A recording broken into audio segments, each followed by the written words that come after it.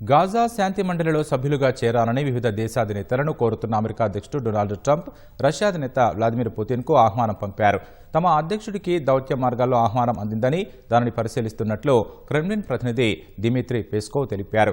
ప్రతిపాదన వివరాలను అధ్యయనం చేస్తున్నామని, మరింత స్పష్టమైన సమాచారం కోసం అమెరికాతో సంప్రదింపులు జరిపి ఆ తర్వాతే నిర్ణయం తీసుకుంటామని చెప్పారు.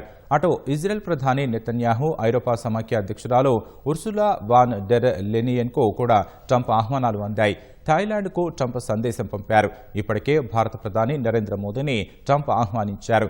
ఇది గాజాకు పరిమితమైన శాంతి మండలిగా పేర్కొంటున్న ఐక్యరాజ్య సమితికి పోటీగా దీన్ని తీర్చిదిద్దాలని ట్రంప్ యోచిస్తున్నట్లు వార్తలు వస్తున్నాయి. అయితే గాజా పునర్నిర్మాణ పనులను పర్యవేక్షించే ఈ మండలిలో చోటు లభించడం ఎంతో ఖర్చుతో కూడుకున్నదిగా తెలుస్తోంది.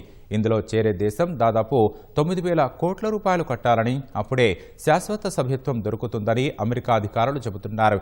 ఈ మండలిలో చేరడం, దాని పనితీరుపై ఇంకా స్పష్టత లేదు. దీంతో ఆహ్వానం అందుకున్న దేశాల్లో ఎన్ని చేరుతాయన్న విషయంపై సందిగ్ధం నెలకొంది.